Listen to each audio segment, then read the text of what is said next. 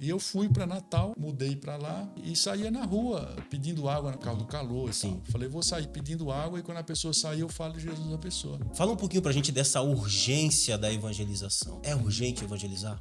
Teríamos que também nós termos um movimento sistematizado, pensado, estratégico, com missionários sendo treinados, pessoas sendo preparadas para alcançar os povos não alcançados, para alcançar onde ainda não há espaço para o evangelho do Senhor Jesus chegar. O senhor está me fazendo relembrar aqui da simplicidade da pregação do evangelho que expressa essa urgência da evangelização. Parece que um pouco lá atrás nós tínhamos uma geração que tinha essa urgência da evangelização e usava o que tinha, simplicidade. Eu acho que a gente tem que usar todos os métodos, sejam eles quais forem, todos os projetos, todos os planos, todas as ideias, desde que se vá. O que me incomoda é o não ir. É o não fazer. Isso me incomoda. E não fazer em direção ao não crente. Eu quero que o senhor deixe uma palavra final para os nossos irmãos sobre isso, sobre essa paixão e sobre essa necessidade e a responsabilidade de cada um com essa urgência de pregar o evangelho.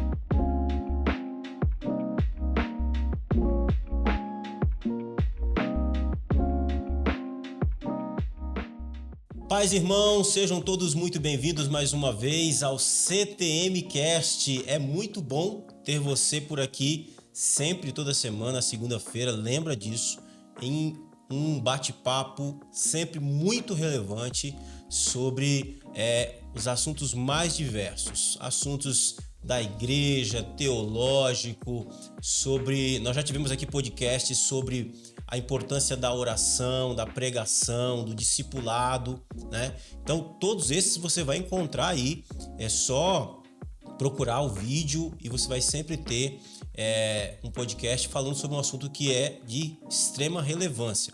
Então, seja bem-vindo a mais um episódio do CTM Cast e eu não posso deixar de aqui instigar você, de desafiar você para que você se inscreva no canal, curta, compartilha, faz aquele pacote completo que você já sabe tem que fazer para ajudar a gente, tá bom?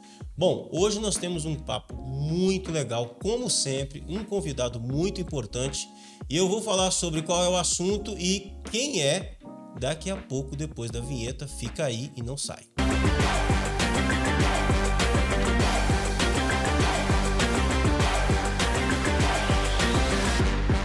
Muito bem, bom, o nosso convidado de hoje, ele vai nos ajudar na reflexão sobre a urgência da evangelização.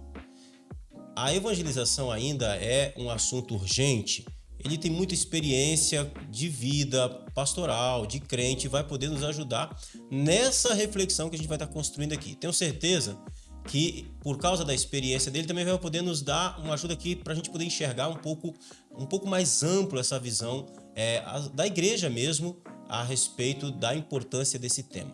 O nosso convidado, ele é alto, ele é o chefão do financeiro da Igreja Adventista da Promessa, é ele que assina o cheque. Ele não é muito fã do Bradesco. Eu sei que de vez em quando o Bradesco causa a ele sérias preocupações e alterações de humor, porque ele precisa lidar com essa parte que às vezes a gente não gosta e realmente tem que ter habilidade para lidar com isso, entende de planilha e tudo. Enfim, eu estou falando do pastor Irgleidson Galvão. Pastor, seja muito bem-vindo, é muito bom ter você aqui. Eu ia falar de uma característica sua aqui, que eu não falei, eu ouvi falar, e você vai me dizer se é verdade ou não. Você surfa? Sim. Eu tenho certeza que quando você olha o pastor Galvão, você nunca vai dizer que o pastor Galvão é surfista. É mesmo, pastor? Sim. E aí, como é que foi esse negócio desse surf aí que surgiu na vida? Esse é o esporte favorito. Que legal. Eu antes da minha conversão, aos 18 anos, eu já surfava.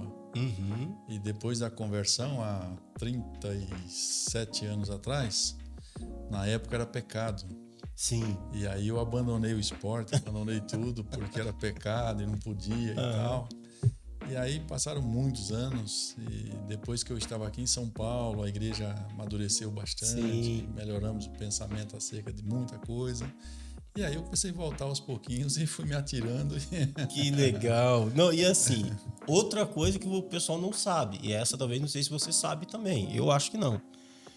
Mas eu vivi um tempo lá no Espírito Santo, a gente estava até conversando antes de vir para cá, eu contando um pouco da minha história, né? Aquele período que eu trabalho no sul do Espírito Santo, um ano, a empresa que eu trabalhava, ela alugou uma casa em frente à praia. E tinha um amigo que era soldador da empresa e ele surfava. E aí ele ia surfar todo dia. A gente chegava do serviço, à tardezinha, a maré estava alta, as ondas altas, e ele ia cair na água.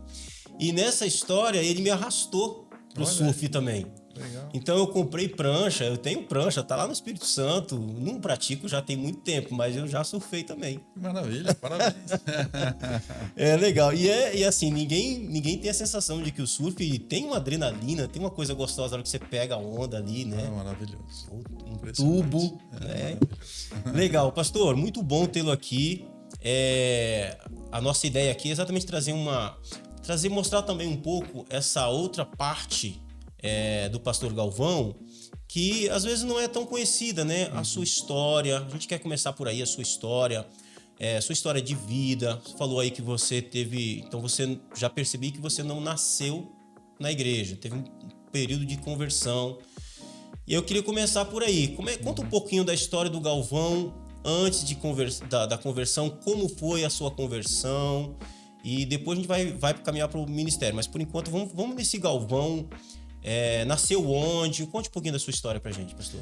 Vamos lá, eu nasci em Pernambuco, cidade de Petrolina. Depois, logo cedo, mudei para Garanhuns e fui criado ali em Garanhuns. Meu pai era funcionário da Companhia de Eletricidade do Estado e ele era alcoólatra. Então, eu sou filho de pai alcoólatra e ele abandonou a mim, a minha mãe e minhas duas irmãs muito cedo. Então, eu acho que 6 anos de idade, ele já, quando eu tinha novinho, ele já foi embora. E aí enfrentamos uma série de dificuldades e fui criado ali. Me revoltei muito, me envolvi com a galera eu gostava muito de rock.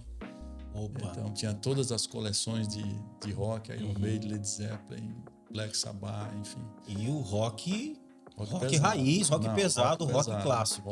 Rock de verdade. Rock de verdade. Ok. Mas tinha também, assim, tinha Pink Floyd, Led Zeppelin, gostava também bastante e tal. E me envolvi com uma turma da pesada, mais por conta dessa revolta, né, do abandono paterno. E me envolvi com droga, enfim, foi uma vida conturbada. E a primeira vez que depois eu fui entender que o Espírito Santo tinha falado comigo foi quando eu estava com a galera. Eu tinha uma galera que tinha uma banda de rock, eu não tocava nada, eu só curtia ali com a turma, ia junto ali, era um grupo de amigos. E nós fomos para a casa de um amigo chamado Paulo Pezão. Ele tinha uma casa muito grande, família muito bem financeiramente, e embaixo tinha um porão, e nós fomos lá pro porão tocar rock, fumar maconha, não sei o que lá e tal. E eu fiquei sentado numa mesa, isso por volta de umas 3 horas da manhã, eu ouvi uma voz bem alta assim por trás de mim, como se fosse um grito. E chegou em mim e gritou assim: aqui não é seu lugar. Meu Deus. E eu dei um pulo e achei que eu estava muito louco, muito doido. Que eu estava muito doido. Eu falei, cara, vou embora. E eu fui embora. E passaram alguns anos, eu depois montei uma empresa, eu comecei a batalhar na vida, lógico. Fui embora para os Estados Unidos com meu cunhado para trabalhar nos Estados Unidos, não era crente. E fui para lá, enfim. Os nossos projetos todos que eu tinha para os Estados Unidos acabou não dando certo. Aí voltamos. E quando eu volto, aí eu começo a ter os primeiros contatos com o Evangelho. Por quê? Na frente da minha casa morava uma família cristã, de uma denominação religiosa. Mas aquilo para mim era um horror, porque assim, na época eu tinha muito cabelo grande e tal, andava com calça rasgada, andava com aquelas motos grandes. Estilo roqueiro convencional, clássico, assim, clássico. Eu olhava aquela família saindo para a igreja e eu pensava, não faz o menor sentido, porque que vida é essa? Esse pessoal não bebe, não fuma, para que viver? Não curte, não nada. Então eu tinha uma aversão à igreja e a qualquer tipo de igreja, e a fé cristã era uma coisa que não cabia no meu estilo de vida, não cabia. E quando eu volto aos Estados Unidos, a minha irmã, ela começa a namorar uma pessoa da igreja adventista do sétimo dia, e aí ela casa com essa pessoa, e eu começo a ter os primeiros contatos com o evangelho através dela, através desse meu cunhado. E aí eu vou tendo esse contato, depois conheci o Alessio, o pastor Alessio, que hoje está lá no Rio Grande do Sul. Ele já era crente? Ele foi enviado pelo Departamento de Missões aqui de São Paulo, na época o pastor Diomar Pereira dos Santos, enviou o Alessio para Pernambuco, para abrir uma igreja em Garanhuns, porque tinha uma família lá adventista da Promessa. Então o Alessio vai para Garanhuns, bem novinho, 36 anos, 37 anos atrás. E ele foi para lá para ser esse missionário. Então, quando eu conheci o Alessio, eu achei interessante, porque o Alessio, assim, com as roupinhas meio de senhorzinho. Embora fosse um rapaz jovem, da minha idade, mais ou menos, né? Um pouco mais velho. Mas, assim, uma roupinha assim, igual de senhorzinho. E eu andava muito louco, assim e tal. Mas ele transmitia uma paz muito legal, assim, um negócio muito diferente de tudo que eu vivia na época, né? E demorou muito tempo até eu começar estudo bíblico mesmo, porque eu ficava fugindo dos estudos bíblicos, né? Mas vamos uma pausa aí. Como é que foi esse contato com o Alessio? Vocês viraram amigos? Como é que vocês se encontraram? Ele fez amizade com a minha irmã, que ela era evangélica, e a minha irmã me apresentou a ele, e a gente foi fazendo amizade. Então, ele abriu um salão de culto ao lado da loja da minha irmã, do meu cunhado e minha, que eu trabalhava também, fazendo umas 3 casas do lado direito. Então era o salão de culto. Então sempre ele estava lá. Então eu chegava de moto, ele estava lá. Eu saía, ele estava lá. Então começou a se aproximar e tal. Ele marcava estudo, eu não ia no estudo. E aí começaram os primeiros contatos com o evangelho nessa época. E aí fomos estudando. Eu acho que eu fiquei 1 ano e meio estudando, porque eu também era Hare Krishna. Meu Deus, pastor Galvão. Então, rapaz, que coisa. Eu questionava muita coisa, eu tinha muitas dúvidas, duvidava, enfim, como qualquer pessoa que não entende, né? E aí, depois de um certo tempo, ele veio embora para a Assembleia Geral, e lá tinha 3 pessoas. Quando eu batizou mais eu e uma senhora com problema de saúde. E era um salão bem pequeno mesmo. E quando ele veio para a Assembleia em São Paulo, eu um sábado à noite sozinho, eu tinha um cabelo grande, todo malucão, não sei o que e tal, e eu tomei uma decisão de aceitar a Cristo sozinho, sem ninguém, sem igreja, sem crente, sem música, sem mensagem, sem apelo, sem nada. Absolutamente nada. Mas já estava no processo do estudo com o Alessio ali. Eu já vinha estudando há um tempo, estudando. E o Alessio veio para a Assembleia, ficou um mês aqui, mais ou menos. E eu sozinho decidi naquele dia, a partir de hoje, eu vou entregar minha vida para o Senhor Jesus. Que bênção. E aí minha vida começou a mudar a partir dali. Que bênção, pastor. Muito, muito, muito legal. Eu acho que a sua experiência, até dentro do tema que a gente vai conversar daqui a pouco, ela já tem algumas lições que são coisas que a gente já pode ver a partir da sua experiência, coisas práticas nessa questão que a gente vai falar sobre a urgência da evangelização, né?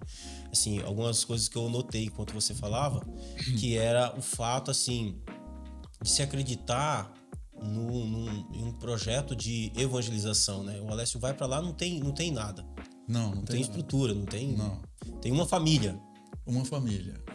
E que essa família não tinha bom testemunho cristão, que a gente vai descobrir isso depois. Entendi. Mas tinha uma família só. Mas tinha dentro dos planos do Deus eterno e soberano um galvão que precisava ser alcançado. É isso aí. Que bênção, que bênção. Tá, aí, conversão. Começa a caminhada da fé. Isso. Como é que daí até chegar agora no chamado pastoral, no chamado ministerial? Como é que acontece? Eu me converti, eu tinha montado algumas coisas, trabalhava com algumas coisas, e as coisas com que eu trabalhava começaram a não dar muito. Eu imaginava o seguinte: eu vou me converter, porque eu fazia muita coisa errada. Eu pensava o seguinte: bom, eu vou me converter e eu acho que Deus vai me abençoar e eu vou ficar muito rico. Foi o contrário. Eu me converti e as coisas começaram a dar muito errado. Falei, cara do céu, como é que pode isso? E aí eu fui embora. Eu tinha um amigo que ele vinha sempre para Maringá, no Paraná, e ele dizia, cara, Maringá é uma cidade boa, uma cidade próspera, uma cidade muito boa para trabalhar. E eu fui embora para Maringá, isso em 1989. Fui embora para Maringá, fiquei 1 ano em Maringá. Fui trabalhar numa empresa de informática lá em Maringá, uma empresa muito boa na cidade. E eu fui vender computadores, periféricos e tal. E, de fato, eu trabalhava muito, comecei a ganhar muito dinheiro e crescer muito. Já era crente, congregava ali na primeira igreja com o pastor Elias Alves Ferreira. Foi meu pastor lá na época. Tá na Barreirinha hoje, né? Aposentado, isso, né? Aposentado, isso. Lá na Cariovaldo. E eu ia trabalhar durante o dia. E sempre eu estava saindo com o Elias para fazer estudo bíblico, para pregar, para expulsar demônio, para não sei o quê. Fiz amizade com um grupo de irmãos, o irmão Hélio Belardi, família dele, do Sarandi.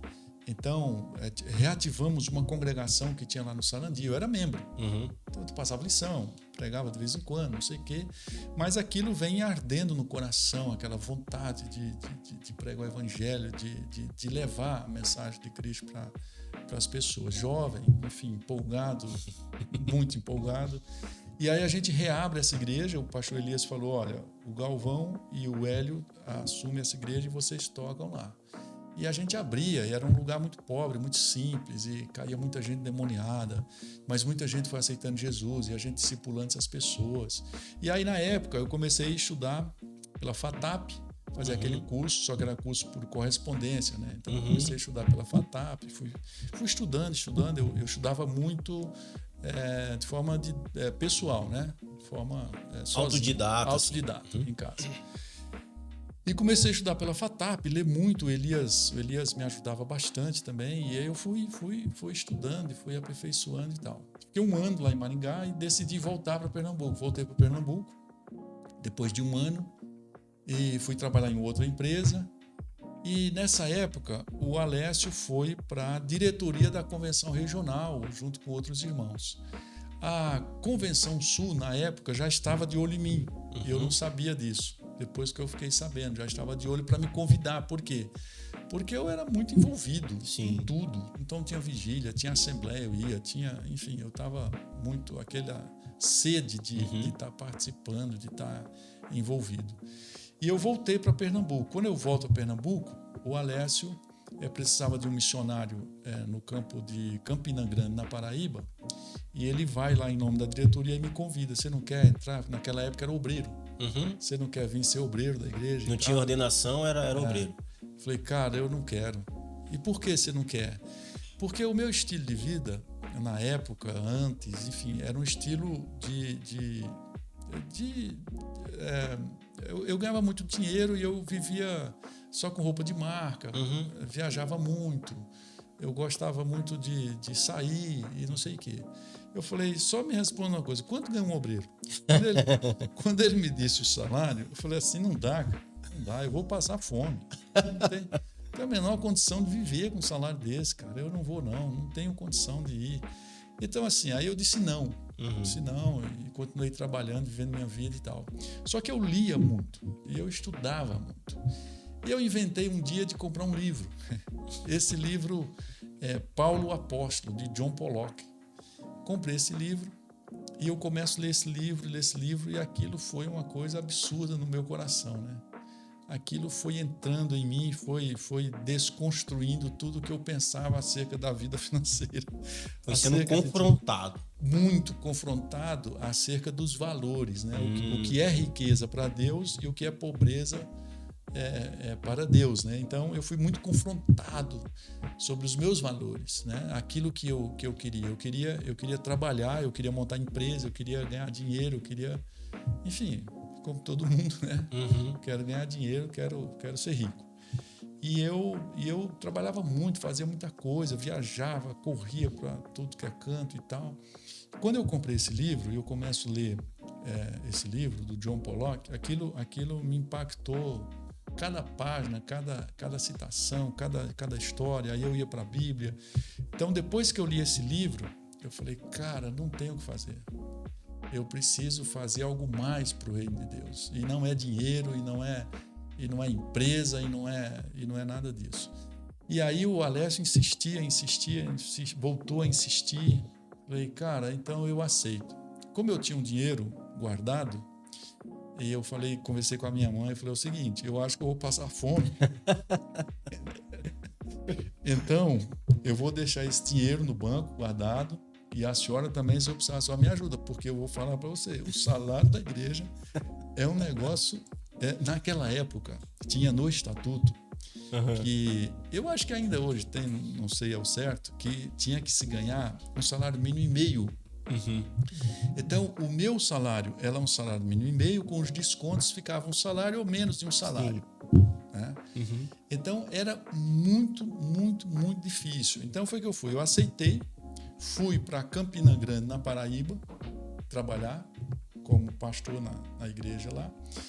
E uma igreja muito simples, tal, e fomos trabalhar, e eu, como sempre, queria evangelizar, enfim, em 1 ano e pouco batizamos pela misericórdia e graça e bondade de Deus e a ação do Espírito, 12 pessoas, e eu muito animado, e evangelizar era sempre tudo no meu coração, e vamos que vamos. E eu fui usando meu dinheiro, porque assim, a vida não era simples, atrasava muito. Naquela época, a convenção com muita dificuldade financeira e atrasava de ficar um mês sem receber salário, porque quando só chegava no final do mês. Era uma situação muito difícil. A convenção era muito limitada financeiramente. Mas foi uma experiência incrível. E aí eu entrei no ministério nesse contexto, dentro dessa configuração. E aí, daí para depois, isso agora, 5 de abril deste ano, irá fazer 35 anos. De ministério. Que benção. E qual foi a primeira igreja, o primeiro campo? Campina Grande, Paraíba. Campina Grande, Paraíba. Quando é que vem aqui para o Sudeste? Eu fiquei lá no Nordeste, depois fui para uma cidade chamada Caruaru, depois fui para Santa Maria da Boa Vista, foi um campo do pastor Eurípides Franciose. Depois o pastor Diomar falou assim, você vai plantar a igreja de Natal, Rio Grande do Norte. Natal, Rio Grande do Norte, não tinha igreja. E não tinha crente, não tinha nada.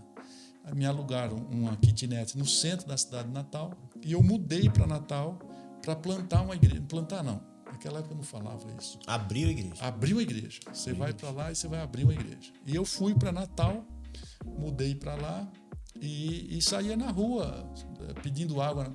No Nordeste se pede água nas casas, isso é muito comum. Bate palma e pede água, por causa do calor e tal. Falei, vou sair pedindo água e quando a pessoa sair eu falo de Jesus à pessoa. Legal. E aí eu comecei, cara. Falando de Jesus, abordando pessoas. Por exemplo, se eu comer um lanche numa padaria, eu abordava o cara. Você não quer um estudo bíblico? Você tem Bíblia? Você precisa conhecer melhor a sua Bíblia? E você não quer um estudo, eu dou um estudo para você, você não precisa vir para a minha igreja. E nesse nível, assim, de parar a pessoa na rua, porque no primeiro sábado estava eu sozinho numa capital do Rio Grande do Norte, com um kitnet alugado, sem ter para onde ir, sem ter o que fazer. Eu falei, só tem uma coisa, eu vou sair na rua e vou sair abordando gente, conversando, puxando assunto com todo mundo que eu encontrar para falar do evangelho, não tem o que fazer.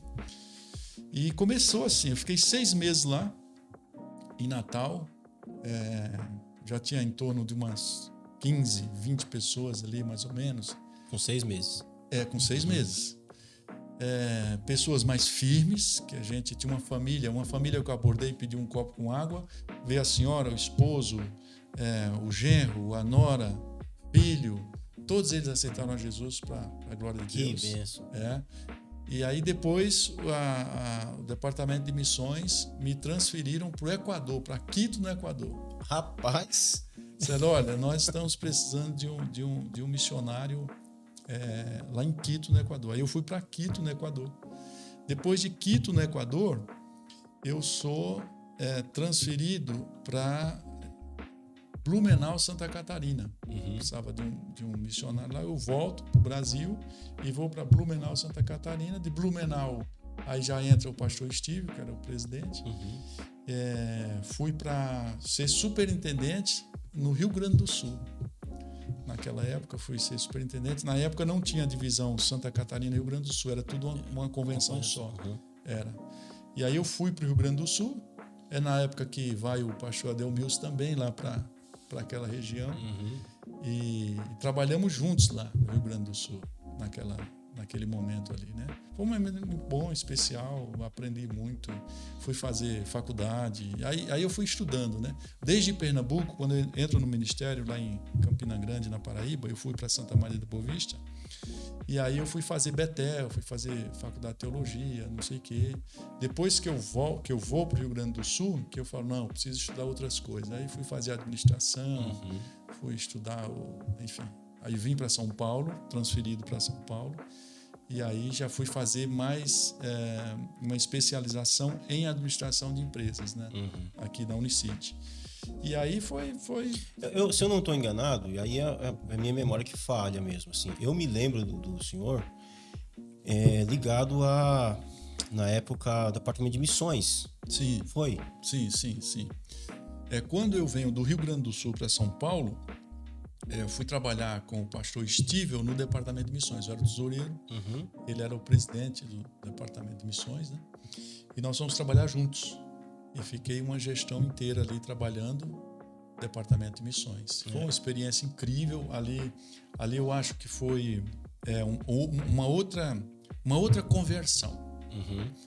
Eu tive duas conversões. Uma quando eu aceitei Jesus e outra quando eu trabalhei com missões. Porque Deus me deu graça e bondade de conhecer pessoas incríveis na área missionária. Pastores que edificaram muito na minha vida. Muito, de forma incrível. E então eu fui muito impactado com um evangelho que eu nunca imaginei que eu seria tão impactado. Então eu fui muito impactado naquela época e aquilo me transformou assim profundamente, com a experiência que eu tive com alguns pastores não da nossa igreja, de outras denominações, Ronaldo Lidório, Edson Queiroz, Durvalina, Zerra. Nomes de peso. Gente que é dessa área e tem um trabalho e um dom nessa área, né? Sim. Deixa eu aproveitar pra gente entrar no nosso tempo, porque eu sei que você tá com o tempo apertado. E é uma pena. É uma pena. Pastor, o nosso tema aqui é a ideia da urgência da evangelização. Então, aproveitando esse gancho, assim, já deu para perceber que a sua própria experiência de vida, que isso é uma coisa, quando o senhor fala, o seu olho brilha. Quando o senhor fala de estudo bíblico, de abrir igreja lá em Natal, o olho do senhor brilha, assim, né? Porque é interessante ver isso, porque, como eu falei no início, nós estamos acostumados a ver um técnico na área de administração de empresa, de finança. Então, a gente tem uma visão, às vezes, mais fria do pastor Galvão, né? Que é essa visão ali da assembleia ou das juntas regionais, da tabela, né? Mas a gente percebe que existe um brilho no olhar quando o senhor fala dessa questão da evangelização. Sim. E eu percebo que o senhor é meio apaixonado por isso, né? Eu até ouvi uma frase do senhor uma vez, o senhor falou assim, rapaz, meu sonho é aposentar e fazer estudo bíblico. Eu lembro que o senhor disse isso, eu não lembro onde, mas eu lembro disso. Pastor, diante dessa paixão tudo, e dessa experiência que o senhor tem na comissões, fala um pouquinho pra gente dessa urgência da evangelização. É urgente evangelizar? Eu separei três princípios, ou três urgências, ou três necessidades que vai consolidar essa urgência. Primeira, sobre a realidade humana. Nós temos bilhões de pessoas, 3,4 para ser exato, 3,4 bilhões de pessoas no mundo não alcançadas pelo Evangelho. Ou seja, aproximadamente 42% da população mundial não é alcançada pelo Evangelho do Senhor Jesus. Em torno de 7.200 povos não são alcançados pelo Senhor Jesus. Dos 450 mil missionários cristãos no mundo, só cerca de 15 mil, ou seja, 3%, estão trabalhando entre os povos não alcançados. Então você percebe a urgência da pregação do Evangelho, que as igrejas, que nós todos nos mobilizemos de uma forma direta, indireta, hoje principalmente através de internet, de meios de comunicação, de tudo. Tem um grupo, por exemplo, só para te dar uma noção, tem um grupo na Coreia do Sul que coloca textos bíblicos em balões e solta os balões para eles irem para a Coreia do Norte com porções do Evangelho. E eu soube que existe uma igreja e vários grupos de cristãos na Coreia do Norte que estão se convertendo por causa desse trabalho. Então, existe um movimento mundial de pessoas preocupadas com esses 3,4 bilhões de pessoas não alcançadas pelo Evangelho. Existe um movimento. Mas desses 450 mil missionários, só 3% estão trabalhando entre os povos não alcançados. Então, assim, existe uma necessidade muito grande, uma urgência muito grande. Quando a gente fala de recursos das igrejas evangélicas do Brasil, apenas 1% de todo o dinheiro que se movimenta entre as igrejas evangélicas do Brasil são destinados à causa missionária entre os povos não alcançados. 1%? 1%. Por quê? Existe uma relação de investimento e retorno de todas as igrejas e para tudo que é feito. Quando a gente fala de evangelização na África, você não tem retorno nunca. Quando a gente fala de evangelização entre os povos não alcançados, é muito difícil você ter retorno financeiro. Você vai ter retorno de quantidade de pessoas aceitando a Jesus, porque, via de regra, são países pobres, em que o investimento é alto para o retorno financeiro ser pequeno. Então, há pouco interesse, na minha leitura, há pouco interesse e há pouco movimento para esses povos não alcançados, exatamente por causa dessa renda per capita entre a população. Então, eu destacaria, primeiro, essa realidade humana, por conta desses bilhões de pessoas que ainda não ouviram o Evangelho. Milhões delas vivem em perseguição por causa da sua fé. Na Nigéria, por exemplo, muitos irmãos, inclusive da nossa igreja, nós tínhamos 24 igrejas na Nigéria. 24 igrejas. A perseguição foi tão grande na Nigéria que hoje a gente conta com 8 igrejas. Meu Deus. Então, por quê? Porque não é simples e não é fácil ser cristão nesses lugares não alcançados. Então, primeira coisa que eu destaco da urgência é essa realidade humana. A segunda coisa que eu destaco é uma realidade estratégica. Poucos missionários estão sendo enviados para esses lugares com maior necessidade. Os recursos financeiros, hoje, como eu disse, eles são mais voltados para lugares que dão retorno financeiro do que esses lugares que não dão retorno financeiro. Então, existe uma realidade estratégica. E a realidade estratégica não alcança os povos não alcançados. Não há um projeto sistematizado pensando em alcançar pessoas não alcançadas. E até como pensando na preparação de missionários. É uma barreira. Por exemplo, assim, quando eu penso assim, preparar alguém para ir para a Cortina de Ferro, para a Janela 1040, é uma outra realidade. Sim. É uma outra realidade. Essa pessoa, ela tem que passar por um processo de treinamento, e um treinamento seríssimo. Por quê? De 10 missionários que você enviar para o campo missionário sem preparo, 9 voltam. E de 10 que você enviar com preparo, 4 voltam e 6 ficam. Nossa. Então, o preparo ainda é muito importante para que o missionário consiga lidar com uma cultura muito distante da sua, com um idioma muito distante do seu, com a realidade presente, e ele consiga ficar lá e pregar o Evangelho. Então, nós passamos por a realidade humana, a primeira urgência, a segunda urgência, a realidade estratégica, e a última, a realidade espiritual. Quando o Senhor Jesus ordenou a proclamação do Evangelho a todas as nações, todos os povos, eu entendo que uma pessoa que perde a salvação, seja aqui no Tatuapé, seja na Nigéria, seja na Índia, seja na China, é uma alma que se perde sem Cristo. Sim. E nós, como igreja brasileira evangélica, como eu penso que hoje nós somos uma potência e estamos nos tornando, o Brasil, nos próximos 10 anos, tem estatísticas que estão dizendo que o Brasil, nos próximos 10 anos, metade da população brasileira será evangélica. Hoje nós somos o segundo país no mundo evangélico. Primeiro os Estados Unidos e o segundo o Brasil. Então, assim, nós precisaríamos ser a segunda nação, ou a primeira nação, que ainda é os Estados Unidos, a primeira nação que mais envia missionários. Teríamos que também nós termos um movimento sistematizado, pensado, estratégico, com missionários sendo treinados, pessoas sendo preparadas para alcançar os povos não alcançados, para alcançar onde ainda não há espaço para o Evangelho do Senhor Jesus chegar.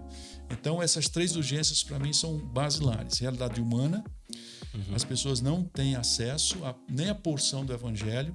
A realidade estratégica, são poucos missionários para o que tem que ser feito. E a terceira realidade é a realidade espiritual. Entendi. Eu queria fazer uma provocação, pastor. Assim, o senhor falou de um contexto um pouco mais amplo, mais global, mais além-mar, né? Sim. Eu queria que o senhor abordasse agora essa realidade um pouco mais próxima, assim, até para a gente falar aqui com o nosso irmão, assim, que não é pastor, é membro. Certo. O senhor deu um exemplo aí do senhor antes do ministério, lá no Paraná, fazendo estudo bíblico, como o senhor falou, né, campanha, expulsando o demônio, todo aquele trabalho que o membro, qualquer discípulo de Jesus deve fazer, certo? Certo. Então, eu percebo, por exemplo, no Brasil, assim, esses dias eu fui aqui no interior de São Paulo, fui dar uma bate e volta, né? A gente passa por cidadezinhas assim, 30 mil habitantes. Isso, assim, o Brasil tá cheio. Sim. Né? Às vezes a gente se concentra muito nos grandes polos, né? Nas grandes capitais. E eu acho que é uma estratégia perfeita. Paulo tinha essa estratégia, né? Que a partir daí a gente... Mas eu tô querendo dizer assim, como é que a gente fala, desafia aqui os nossos irmãos para ter uma coisa um pouco mais natural nesse sentido, assim, de ter essa percepção da urgência de evangelizar. Eu não direi em cidadezinha, mas assim, sentou do lado de alguém no metrô. Não precisa ter essa urgência pela evangelização, não precisa acontecer ali, sentado do lado do irmão, numa viagem de um ônibus daqui para Campinas, por exemplo? Eu vou contar uma coisa, uma experiência, uma história, e vou te contar uma iniciativa. Eu vou contar uma experiência e uma iniciativa pessoal que eu e minha esposa conversamos esses dias antes da minha última viagem. Primeira história. Tinha um irmão da nossa igreja que trabalhava com o seu vizinho em uma determinada empresa aqui no interior do estado de São Paulo. E eles iam e voltavam para a empresa todos os dias. Ia de manhã e voltava à tarde, porque eram vizinhos, e eles iam juntos e voltavam juntos. E isso durou durante 16 anos. Esse vizinho foi diagnosticado com câncer. Um câncer terrível, terminal, e a coisa ficou deu metástases e tal. E quando esse senhor estava já sem poder trabalhar em casa, já nos cuidados paliativos, esse irmão saiu da casa dele e foi lá fazer uma oração e conversar com o vizinho, com o amigo dele. E começou a falar do evangelho, começou a falar de Jesus para ele. E falou. E esse vizinho, eu soube na história que ele se comoveu bastante e falou assim: eu queria fazer uma pergunta para você. Por que durante 16 anos nós fomos e voltamos para o trabalho e você nunca me falou? Nossa. De coisas tão extraordinárias, de coisas tão maravilhosas. Então, assim, quando eu ouvi, e isso é um fato, e ele aceitou a Jesus. Ele aceitou Jesus, não tinha condição de ser batizado nas águas, mas aceitou a Cristo como seu Senhor e Salvador, e faleceu naquele mesmo mês. E aquilo mexeu muito comigo. Eu pensei, cara, quantas pessoas não estão ao nosso lado e a gente não sabe se vai ter um AVC amanhã, se vai ter um infarto fulminante. Então, quantas pessoas estão bem, estão ótimas. Então, eu sempre acho que qualquer pessoa, em qualquer momento, em qualquer oportunidade, nós precisamos fazer alguma coisa. Essa é a história. Agora eu vou te contar o que o Espírito Santo semeou no meu coração. Eu mudei para Paulínia, eu moro num prédio de 7 andares, são 4 apartamentos por andar e 2 torres. E eu conversando com a minha esposa, falei assim, olha, é inútil nós estarmos aqui morando em Paulínia, nesse prédio, sem que a gente faça alguma coisa. Nós precisamos fazer alguma coisa. E eu pensei, e falei, eu tive uma ideia. Nós vamos comprar sonho de valsa e eu vou fazer um cartãozinho bem bonitinho sobre problemas, dificuldades e tal, e eu vou oferecer oração. Eu vou oferecer uma visita, eu não vou falar de oração, vou falar uma visita, se você deseja uma visita e tal, não sei o quê. E eu vou grampear no sonho de valsa e eu vou levar na porta de todos os vizinhos desse prédio inteirinho. E aí eu conversava com elas. Não é possível que a gente tenha aqui, se for o caso, de voltar um dia para São Paulo, lá um apartamento alugado, falei, de um dia, voltar um dia para São Paulo e a gente não ter comunicado a Cristo, a esse prédio inteirinho e a todas as famílias que estão aqui. Não é possível. Eu não me conformo. Não me conformo com uma coisa dessa. Então, os sonhos de valsa estão comprados. Eu só vou sentar, fazer o cartãozinho e eu vou de porta em porta, porque eu acho que enquanto vivermos, e isso não tem a ver com ministério, isso não tem a ver com cargo, isso não tem a ver com função, isso não tem a ver com trabalho, isso tem a ver com o senso de missão de cada cristão, daquilo que o Senhor Jesus falou para nós. Ide por todo mundo, pregar o evangelho a toda criatura. Então, nós precisamos entender que eu penso que para a nossa vida se tornar útil no reino de Deus, nós precisamos proclamar o evangelho do Senhor Jesus. Tem o nosso vizinho da esquerda, tem o vizinho da direita, tem o vizinho da frente, tem o vizinho do fundo, tem os parentes, tem pessoas que você encontra ou num ponto de ônibus, que você encontra no trabalho, que você encontra na escola, que você encontra numa padaria comprando um pão. Tem gente de todo lado. Então, assim, a última vez agora que eu cortei o cabelo, eu falei com o cabeleireiro. E crente não tem que cortar o cabelo com outro crente. Me apresentaram um cabeleireiro lá em Paulínia, da nossa igreja do Barão Geraldo. Tem um irmão tal, você corta lá. Eu falei, não vou. Não tem sentido. Eu tenho que ir no não crente. Porque eu tenho que fazer amizade com essas pessoas intencionalmente, para dizer assim, eu preciso de oportunidade para pregar o evangelho, para oferecer estudo bíblico. Você não quer um estudo bíblico comigo? Você tem Bíblia? Você conhece a sua Bíblia? Você não precisa. Então, eu acho que as pessoas vivem dramas grandes, dramas do casamento, dramas com a saúde, dramas com as crises existenciais. Sim. São extremamente profundas. Crises existenciais tão profundas que só o evangelho do Senhor Jesus pode trazer solução. Então, eu vejo, quando eu olho para uma cidade como São Paulo, para muita gente, eu vejo muita gente desesperada morrendo sem Cristo. Eu vejo muita gente agonizando, jovens indo para as drogas, jovens se prostituindo, pessoas se perdendo. E aí eu penso, cara, se tivesse o evangelho, arrumava a vida. Se tivesse o evangelho, ajeitava a vida. Se tivesse o evangelho, se tivesse alguém que encostasse para falar de Cristo Jesus, se conhecesse o amor de Deus, não estaria nesse desespero, não estaria nessa agonia, não entraria nas drogas, não se prostituiria. Então, é uma agonia pessoal, uma agonia da minha alma, do meu coração. Então eu me cobro muito e eu acho que tem muita gente morrendo ao nosso lado, esperando alguém que fale do evangelho do Senhor Jesus. Deixa eu pegar um gancho na sua fala e eu vou cumprir meu horário, tá? Meu horário aqui, o nosso acordo eu vou manter. Nem mas, parece que passou. Puxa, pastor, é uma pena. Assim, você vai ter que voltar aqui. Não tem jeito, vai ter que voltar. Eu tinha tanta coisa pra gente conversar, mas ok. O Senhor, Deus está no controle de todas as coisas. Amém. Mas assim, o que o senhor tá me falando é assim, eu tô entendendo assim, Kennedy,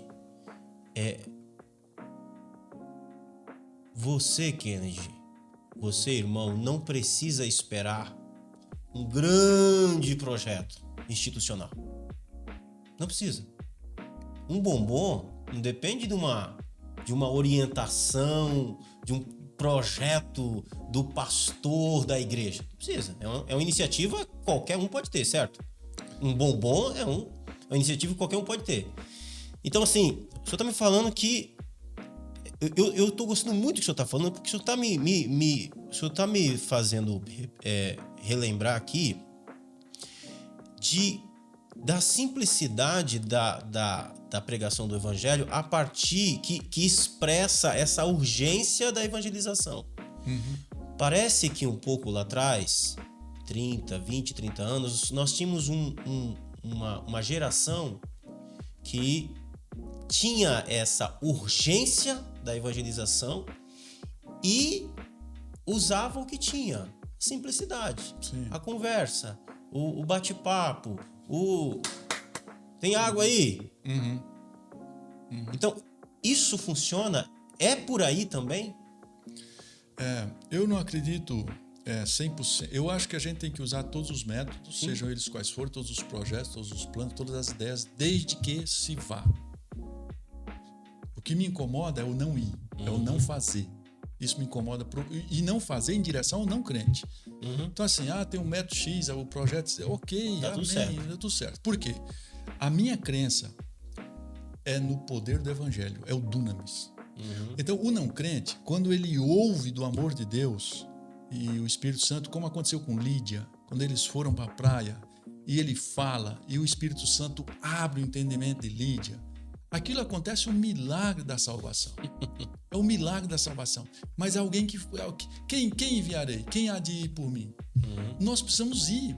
Eu só tenho uma obrigação, que é falar. Eu não tenho obrigação de converter ninguém, porque isso é uma ação do Espírito Santo no coração dessa pessoa, que o Berkoff vai dizer que é uma parceria entre o pecador e o Espírito Santo. Ok, mas eu tenho uma obrigação, e a minha obrigação é falar, minha obrigação é ir, a minha obrigação é proclamar, a minha obrigação, e de forma simples, porque o poder não está no método, não está na estratégia, não está nada disso. Tudo isso são apenas ferramentas. O poder está no poder do evangelho. E aí é para o rico, é para o culto, é para o inculto, é para o pobre, é para todas as pessoas. Todas as pessoas vivem um drama existencial profundo de uma não existência pós-morte, ou de uma crença equivocada no pós-morte, ou de uma crise, o que é que eu estou fazendo aqui, para onde eu vou, parará. Existe um vazio existencial profundo no ser humano. E esse vazio é só o evangelho. E é coisa simples. Simples, simples, simples, simples. Basta você chegar no carro, você tem Bíblia, você lê Bíblia, você entende o que você lê. Mais ou menos isso. Eu faço isso. Digo assim, você tem Bíblia? Você vai a alguma igreja? Eu vou, eu não vou, eu tenho, eu não tenho. Você não quer um estudo bíblico, você quer uma explicação sobre o que você lê, sobre o que você quer. E assim eu começo, e daqui a pouco eu estou agendado, tal dia, tal hora, eu vou na casa da pessoa e vou conversar com ela. Pretendo, com a graça de Deus, despertar os meus vizinhos para ter estudos bíblicos. Eu estava com alguns estudos bíblicos, as pessoas mudaram, eu fiquei sem meus estudos. E agora eu estou desesperado, porque eu quero evangelizar o meu prédio e eu quero também estudos bíblicos. Como? De forma simples. Por quê? Porque eu sei que ali existe um desespero, ali existe um deserto profundo na alma, e apenas o evangelho simples do Senhor Jesus é capaz de resolver. Então, e eu posso falar desse amor maravilhoso de Deus, que vai preencher todo o vazio da alma daquele ser humano. E é de forma simples, sem muita... Por quê? E isso eu falo com alegria e com uma certa tristeza, no sentido de que eu não era crente.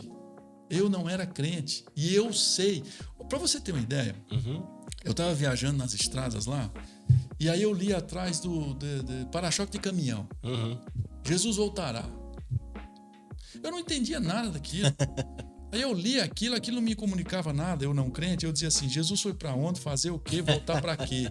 Não fazia o menor sentido aquilo. Então, quando eu, como não crente, recebi os primeiros contatos com a simplicidade do evangelho, aquilo, para você estar num deserto e alguém chegar com contra-gota, com água mineral, aquilo é um espetáculo, aquilo é maravilhoso.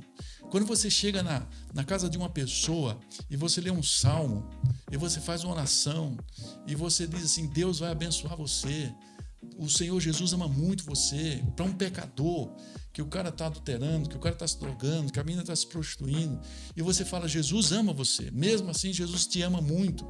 Isso transforma, isso vai causar um impacto, porque é na cruz, é no Calvário, é quando esse pecador foi impactado pelo Calvário, ele vai ser transformado, ele vai mudar de vida. Então, se esse pecador olhar para o Calvário, aquilo vai ser um dunamis, ser uma dinamite, ser uma explosão no coração dele. E eu sei disso, e todos nós sabemos disso. Basta falar. Só que nós precisamos ir, precisamos falar ousadamente, precisamos nos colocar à disposição. E perder pouco tempo com as coisas que embaraçam a nossa vida. E a gente acaba perdendo muito tempo E muita gente morrendo sem Cristo. Muita gente precisando ouvir o Evangelho de Jesus. A fé vem pelo ouvir, então. A fé vem pelo ouvir a palavra de Deus. Pastor, pra gente terminar, se o Galvão apertasse o botão desse celular agora e esse celular fosse uma máquina do tempo e ele voltasse e lá no Pernambuco encontrasse o Galvão antes da conversão, como é que o Galvão olharia para aquele Galvão sem Cristo e como é que ele abordaria aquele Galvão para apresentar o Evangelho de Jesus? Eu uso esse exercício sempre quando eu estou em crise. Opa, então não estou falando de algo que não foi pensado, já tem uma reflexão. Sim. Eu volto lá no interior do Pernambuco para aquele garoto e olho para ele e penso no meu coração: cara, você fez a coisa certa. Legal. Você abandonou tudo e foi a coisa mais certa que você fez. Então, eu faria as mesmas coisas que eu fiz. Eu acho que eu falaria para ele: Jesus ama você. Jesus tem um propósito na sua vida. Jesus tem um plano para você. Eu falaria as mesmas coisas que eu falo para as pessoas, porque o milagre da transformação que aconteceu na minha vida, eu um jovem perdido, e eu fui impactado pelo Evangelho, foi esse poder que me leva a ser o missionário que eu sou hoje. Porque eu sei o que é isso. Eu sei o que é ser transformado pelo Evangelho. Eu estava completamente perdido, condenado à morte eterna. E não fosse o amor de Deus me ter transformado da maneira que transformou e ainda está transformando, mas assim, foi essa transformação que eu creio. Por isso que eu não tenho receio de falar. Eu acho que é simples, eu acho que as pessoas vivem um drama, vivem uma carência, e que eu voltaria naquele cara e diria: cara, aceite Jesus, que é a coisa certa a ser feita. Pastor, muito bom. Eu só tenho a agradecer pela sua participação.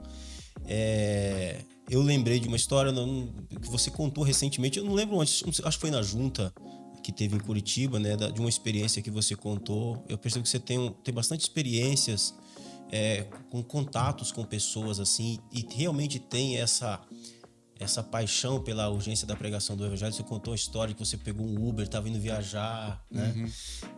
Vai ficar para o próximo podcast essa história, okay. Tá bom? Até para o pessoal voltar e para você voltar também. Okay. Mas assim, eu quero que o senhor deixe uma palavra final para os nossos irmãos sobre isso, sobre essa paixão e sobre essa necessidade e a responsabilidade de cada um com essa urgência de pregar o Evangelho. Irmãos amados e irmãs queridas, falem do Senhor Jesus.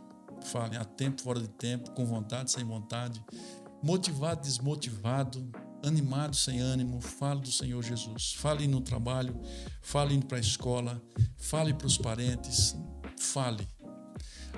O nosso trabalho é só falar. É só falar. Então não deixe de falar. Faça um pacto com Deus até o dia da sua morte, até o dia que você parar de falar, até o dia que você parar de suspirar. Você vai fazer uma aliança com o Senhor Jesus. Eu vou falar do seu Evangelho até o dia da minha morte. Então fale. Fale a tempo, fora de tempo. Quer ouçam, quer deixem de ouvir. Fale. Porque a nossa missão é falar do Evangelho de Jesus. Há muita gente precisando ouvir. Nós somos os instrumentos de Deus. Nós somos boca de Deus, coração de Deus nesse mundo. Nós não somos religiosos, não fomos chamados para viver uma religiosidade. Não fomos chamados para viver um movimento religioso onde a gente vai fazer uma espécie de uma cartaz emocional dentro das instituições, dentro da igreja. Não é isso. Nós somos chamados para ser proclamadores do Evangelho do Senhor Jesus Cristo. Nós somos chamados para isso. Essa é a nossa missão. Essa missão o Senhor Jesus não disse que tinha, quando ele disse assim, vinde a mim todos vós estáis cansados, foi chamando todos para transformar e depois disse, ide. Prega o Evangelho a toda criatura. Esse ide é para todos. Todo cristão precisa pregar o Evangelho. Não precisa ter dom. Sim. Você só precisa dizer o que Deus fez na sua vida. Você não precisa ter curso de teologia. Você não precisa entender teologia. Você precisa apenas dizer assim, o que Deus fez por você, para o seu amigo, para a sua amiga, para as pessoas que estão convivendo contigo. Você será a boca de Deus, coração de Deus, para pessoas que estão desesperadas. Amém. Amém. Pastor Galvão, muito obrigado. Seu telefone já está tocando, tem compromisso aí. A gente sabe da sua agenda é bem apertada, mas eu agradeço muito por tirar esse tempo para vir conversar com a gente. E a gente espera que o senhor retorne no próximo momento para continuar essa conversa que é tão edificante. Amém. Glória a Deus. Obrigado, pastor. Deus abençoe. Obrigado a vocês. Jesus. Obrigado. Gente, é isso. Experiência de vida. Eu espero que esse papo tenha enriquecido você, tenha tocado o seu coração, como tocou o meu.